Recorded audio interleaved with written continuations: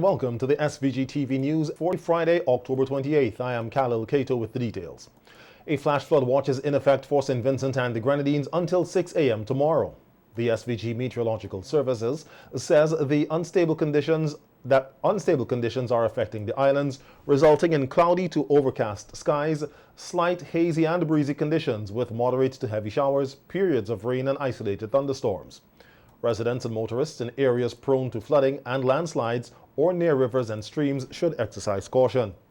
Small craft operators and sea bathers are asked to exercise caution for above normal sea swells from 1.5 to 2.5 meters. Yesterday, St. Vincent and the Grenadines observed its 43rd anniversary of independence.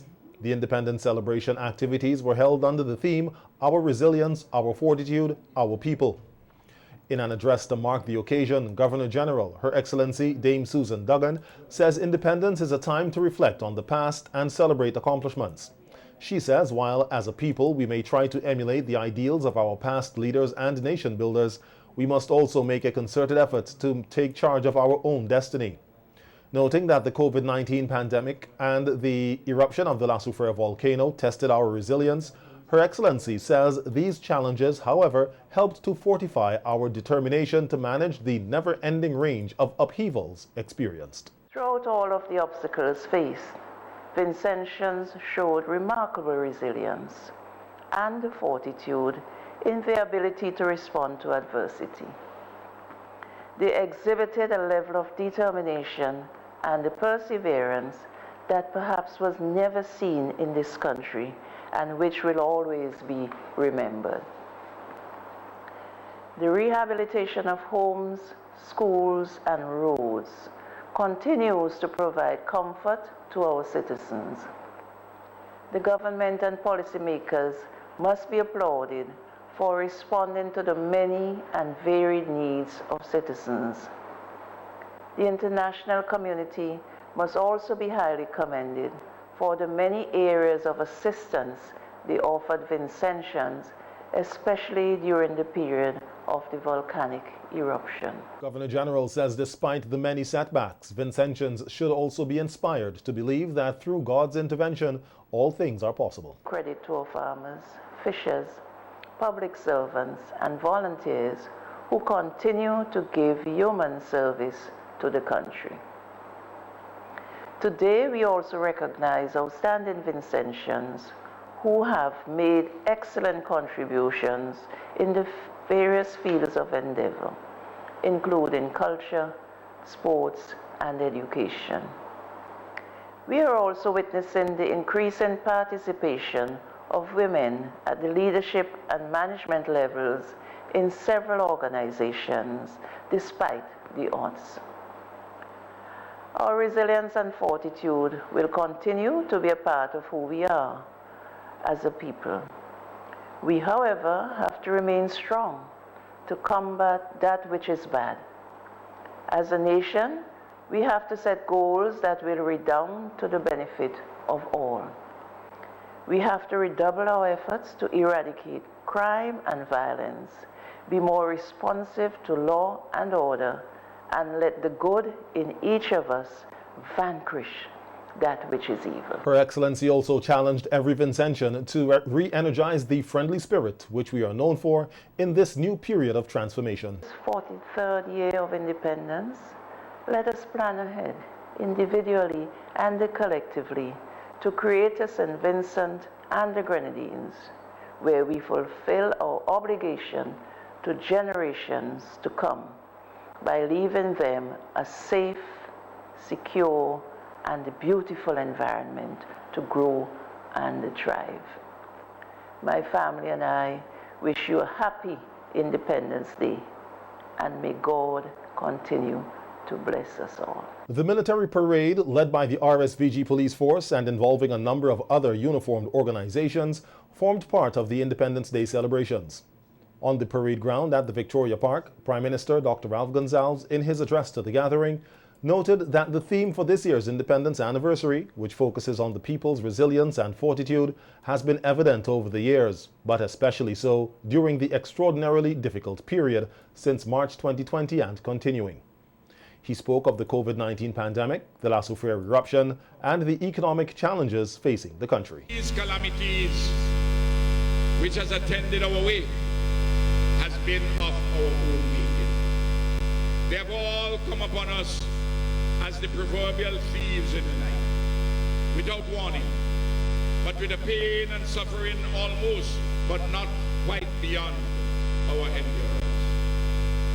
These multiple blows were delivered against us in the context of the fragilities and vulnerabilities of a small island developing state, inclusive of the debilitating impacts of climate change and the harshness of a rampaging monopoly casino capitalism.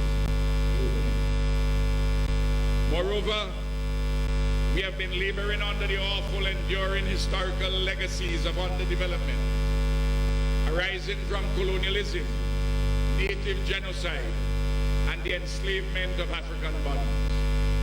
Thus, our legitimate and justiciable demand for reparations from the colonizer.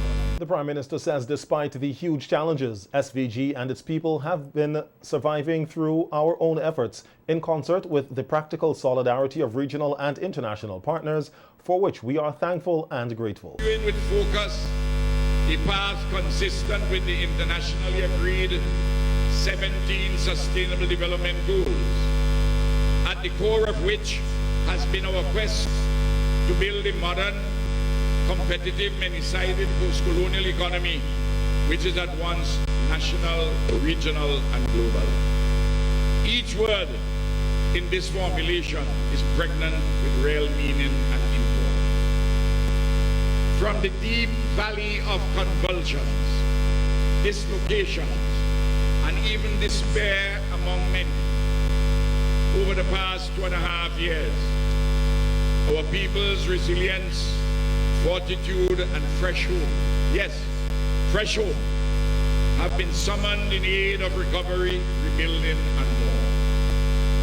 As we climb out of the valley of extreme difficulties onto the mountain of achievements, the evidence abounds that much better times are at hand. With economic growth projected this year in 2023 and 2024, Prime Minister Gonzalez says the material well-being of SVG is on the mend. Over the next 3 years, hugely significant capital investments by the public, private, and cooperative sectors will occur in continuance of economic transformation, job and wealth creation, and an even more equitable distribution of economic rewards.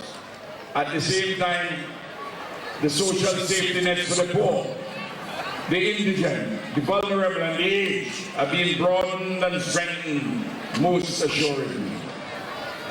Amidst economic growth and transformation, we must continue to act prudently and responsibly. It is to be expected that we will immediately consume reasonably a portion of any increased bounty. But some of it we must put aside for the proverbial rainy day, and much of it we ought to invest so as to enhance further economic development, inclusive of labor and management productivity. We must never ignore or downplay our economy's weaknesses and limitations as we seek to maximize its strengths and possibilities. And the Prime Minister used the opportunity to announce in his Independence Address a number of financial and other support for Vincentians, including an increase in the stipend for Youth Empowerment Services YES personnel, and a moratorium on the payment by dialysis patients at the Modern Medical and Diagnostic Center in Georgetown. January 1st, 2023. The YES volunteers will receive an increase on their stipend of an additional $150 monthly. So to the mobilizers and coordinators in the YES program. This increase will cost the Treasury in excess of $1 million annually. The moratorium has been put in place in respect of the payment by dialysis patients at the Modern Medical and Diagnostic Center at Georgetown for the 4-month period, September the 1st to December the 31st, 2022. There are currently 47 patients on dialysis at the MMDC. This free dialysis treatment will cost the revenue for the 4-month period $250,000 in consumables alone. Consideration is being favorably given to extending this moratorium into 2023. We cannot, and I want to make it plain, we cannot allow our brothers and sisters to suffer without any relief or to die on account of the fact that they cannot afford dialysis treatment. The Prime Minister also announced a reduction in gasoline at the pumps as of Monday, October 31st. He says gas will be reduced by $2.10 per gallon and diesel by $1 per gallon. And I'm having discussions on Friday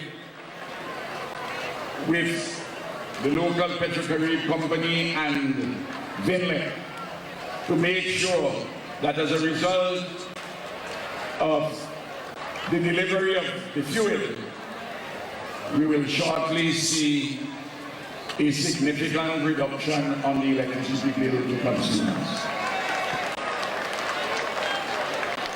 We are continuing immediately the housing repair and housing construction program for persons affected primarily by the volcanic eruptions last year.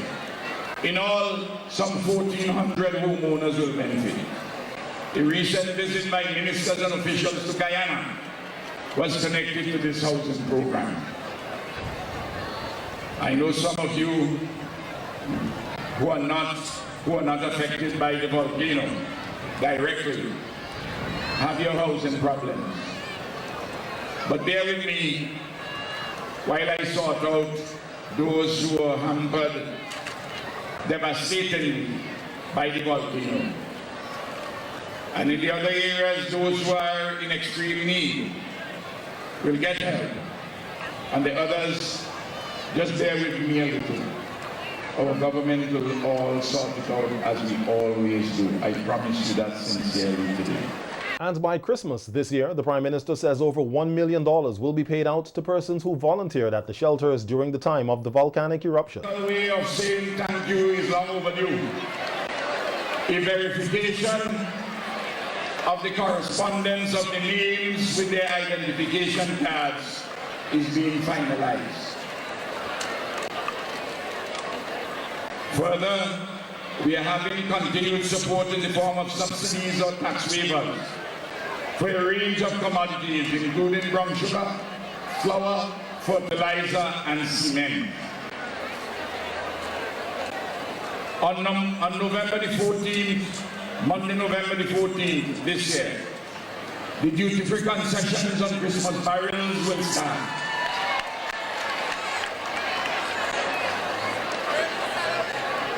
And yesterday, the Cabinet reconfirmed an instruction to the officials in the Ministry of Finance to finalize with the nurse midwives and a special allowance for them to be paid from January 1st, 2023. They deserve it. Similarly to suitable arrangements for transportation for nurses are being worked out with urgency.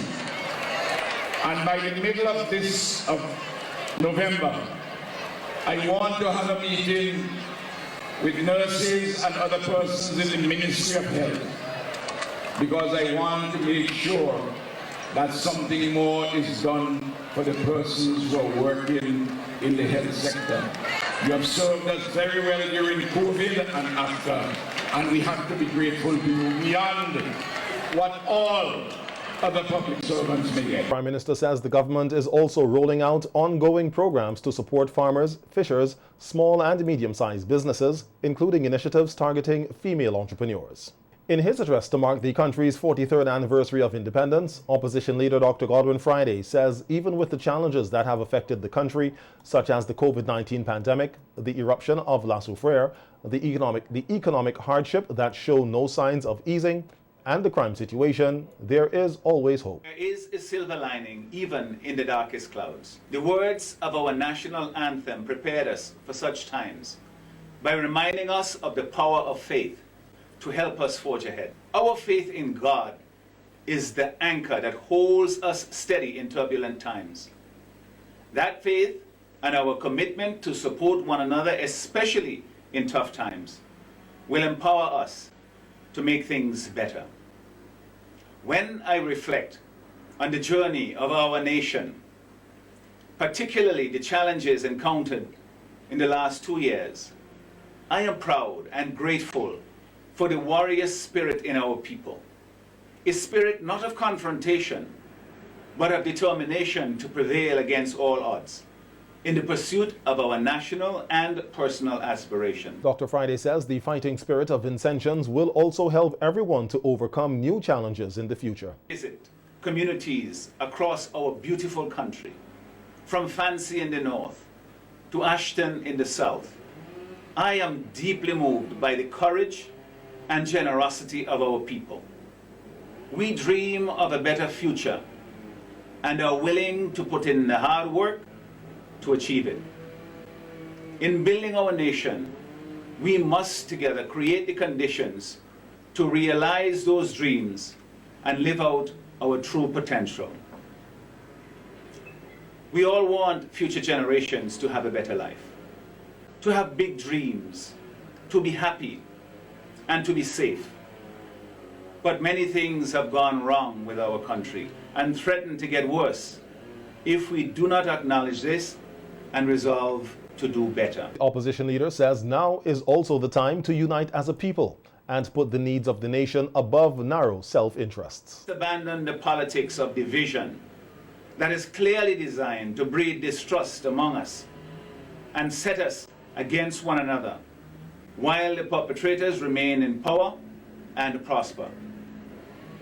Let us elevate ourselves by rejecting political manipulation, empty promises, and destructive lies. We deserve better, and therefore must demand that better be done. In this 43rd year of our independence, I choose to discuss the harsh realities that we face. I also challenge all of us to act in the best interest of our country and confront these realities. Our independence celebration is the right time to reassess, re-examine, rethink the current trajectory of our nation. I believe our country is currently on the wrong path. Life has gotten harder for most, and our people are less hopeful about the future. The government of the day has been found wanting. Too many promises made have not been kept, and there are more this independence anniversary. The national colors of St. Vincent and the Grenadines adorned the iconic Empire State Building in New York City yesterday in commemoration of our nation's 43rd anniversary of independence. There was also an inaugural flag-raising ceremony held under the theme, Our Resilience, Our Fortitude, Our People. Addressing the flag-raising ceremony, SVG's Consul General, Rondy McIntosh, says the event is historic and means a lot to Vincentians living in the diaspora. This is a vast space. The great United States of America is just a speck in comparison to the universe. But the Americans went out into the universe and planted a flag on the moon, just to show the rest of the world that they're here, they're present, they must be counted. America is a vast land. St. Vincent, our land, 133 square miles and 150 if we include it, when we include the Grenadines. It's just but a speck in comparison to the great United States of America. And for us to come here and plant our flag here today, and plant our flag on the top of the Empire State Building, the highest our flag will ever be flown, is something to be proud of. I want to say special thanks to my ambassador, Gilchrist, for being here. During the lighting up of the Empire State Building, the Consul General, who has been in the post for about 3 months, says the support that he has been receiving has been tremendous, and he has hopes for greater things to be accomplished for SVG. Wonderful things. What we did today with the raising of the flag at Bowling Green, historic event, very first time. It never happened in New York before. To what is taking place right now, the lighting of the Empire State Building. Come on, it is a huge accomplishment and something that we all should be proud of. We're doing this not because, we want to self-aggrandize and we're looking for praise. We're doing this to lift the spirits of our people because we know what we went through. And it is happening in a place where we have our greatest ally, the U.S. diaspora, and the diaspora on a whole, Canada and the UK. Has always been there, in our darkest hour. Times of loss of prey and hurricanes and you name it. The U.S. diaspora and all our people in the diaspora has been there. Outside of disasters, the diaspora is still there with their remittances and what they send home to their families and contribute to the economy of St. Vincent and the Grenadines. So we are here today as a proud people. No longer should anyone ask us which part of Jamaica is St. Vincent.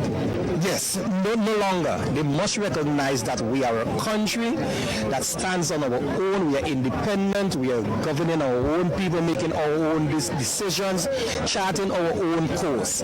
A number of Vincentians in New York who attended the event at the Empire State Building say they are excited to see that St. Vincent and the Grenadines is being recognized in such a way. Oh, it's a beautiful day. I really enjoyed it. Water came to my eyes, but I pull it back.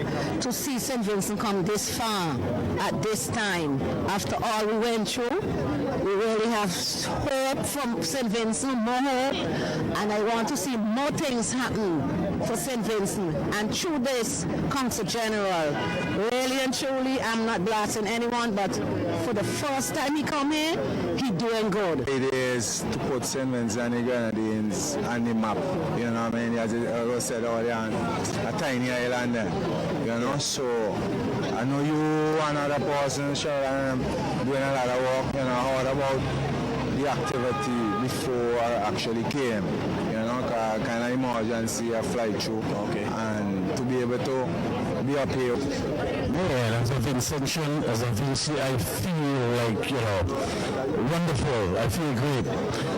I feel that we have stepped on a historical milestone, starting today with the flag raising and having all these dignitaries and people from different countries come and speak, but more so to see the unification between our people. It shows that once we come together, the sky is the limit. An epic moment. I mean, we can't sugarcoat it any way, shape, or form, and hopefully we can repeat it again. Yes. I mean, I don't know what it's gonna look like in the future, but hopefully we pull it off again. Thank you. I think it speaks to how far St. Vincent has come in terms of its development, and this speaks to a lot of what you've accomplished over the years. To get the colors of your flag on the Empire State Building speaks a lot about the level of professionalism that exists and collaborativeness that exists between your consulate and, of course, the business community here in the diaspora. Here at home, people from across the island headed to the Châteauguay Park at Rabaca for the annual Independence Day Modongo Festival. The Modongo Festival is organized by the St. Vincent and the Grenadines Arrowroot Industry Association and was held under the slogan, "Volcano come, volcano blow, we still eat fish on Modongo." The slogan was written by students of the Sandy Bay Secondary School who were awarded with their prize money at the festival. Addressing the large gathering, Area Representative and Deputy Prime Minister Montgomery Daniel reflected on the trials of the indigenous people of SVG before the island gained its independence in 1979. After St. Vincent and the Grenadines, under the Treaty of Paris, where St. Vincent and the Grenadines